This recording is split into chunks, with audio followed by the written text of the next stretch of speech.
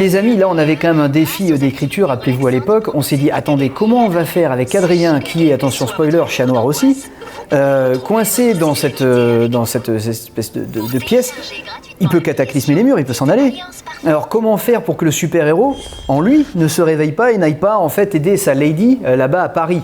Donc effectivement, ça c'était toute une chose à construire, à écrire. Eh bien, c'est parce qu'en fait, c'est son cauchemar. Il a peur, le cauchemar lui rappelle à quel point son pouvoir est dévastateur, et donc là, il a peur d'intervenir et de perdre le contrôle. Voilà. De son là, s'il y allait, en fait, là clairement, ce qu'il vient de comprendre, c'est que, en fait, au lieu d'aider Ladybug, il ferait n'importe quoi. Peut-être serait-il chat blanc.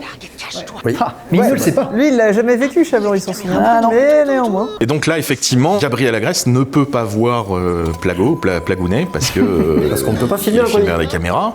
La plaque rentre dans les murs pour faire disjoncter la caméra. D'ailleurs, peut-être qu'il y a des Kwami tout autour de nous et vous ne les voyez pas. En tout cas, le roi du fromage est assis ici. Enfin, la reine du fromage, elle est là. Hein, t'aimes bien écrire des blagues de fromage. C'est vrai. D'ailleurs, j'ai noté quand même en saison 5, il y en a de plus en plus. Hein. Ouais, j'ai relevé aussi une récurrence de plus en plus importante des blagues fromagères. C'est un peu la saison du fromage. On se demande si t'as pas touché de l'argent d'industrie du fromage. Je suis payé directement en fromage. Bon, ceci dit, c'est le fait d'avoir pu jouer avec Plague sur cette séquence nous permet aussi d'avoir la densité narrative dont on a parlé avant, avec ces enjeux un peu de science-fiction, un peu durs et tout ça, et de quand même avoir à un moment donné un Kwami rigolo qui monte ses fesses à la caméra, ce qui nous permet aussi de prendre un peu d'air et de rester sur une série qui parle au petit et qui rigolote. Et n'oublions pas que depuis donc, si vous avez vu le commentaire de l'épisode 501, que depuis donc l'année 2014-2015, je me souviens jamais tellement le temps passe vite, nous avions dit qu'effectivement à la fin c'est... Oh, je vais pas spoiler. Ah bah non, spoiler. Chat Noir ne serait pas là pour battre... Non, c'est vrai.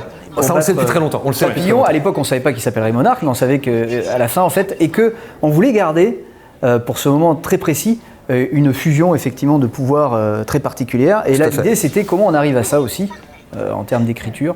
Et on voulait aussi, et le début de l'épisode d'ailleurs joue beaucoup là-dessus, être très fidèle à la symbolique du conte de fées, qui a aussi été dès le départ, dès les premières intentions de la série, au cœur du projet, et avoir donc une dramaturgie où il y a une princesse endormie et un chevalier qui vient à son secours, avec une inversion des genres dans le cas présent, puisque c'est plutôt Adrien la princesse, et Marinette / Ladybug qui va jouer le rôle du chevalier. Et là on a même 2 princesses endormies. Pour le prélude.